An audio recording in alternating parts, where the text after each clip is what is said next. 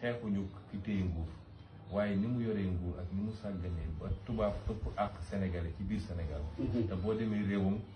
nekk fa tumuraange loolu la ñu nekk il faut mu jóge fi te gëm naa ni suñu mag ñëpp loolu lañ doon xeex Cheikh Ahmadou Bamba li tax ñu jëlee ko fi yóbbu Gabon loolu la doon bañ donc nu ñuy def ba suñu alal réew ñu téyel ko suñu bopp lañ cay téye nag moom ngay suuxatee sa mbay parce que tey soo bëggee def tam amoo mënoo mooy nga jël sa avion di wër di lebi ñu lay lebal xaalis di ci teg intérêt te du faj sa soxla te boobu jamono yow sa alal yëpp ñoom ñu ngi koy ñëw di roppet di yóbbu kon suñu xeex yëpp ñun ñu ngi ko tënk ci loolu moom sa bopp yàlla réew mu ne def na fa luy wërsëgu réew mi réew yi nag ëppalante nañu nit ñi ëppalante waaye Sénégal de gëm naa ne ñaan nañ fii ci nit ñi ñaan nangu na ndax réew moo xam ne am nga suuf soo mën a béy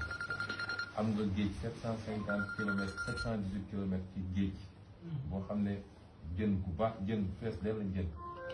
am nga pétrole am nga gaz am nga zircon am nga phosphate fii am nga ay ndaw di ëpp ci sa population ay ndaw yu bëgg a liggéey ndax ndaw bu jël gaal ba di risque dundam boo amoon lu mu liggéey fii toog réew moom lan moo ko manqué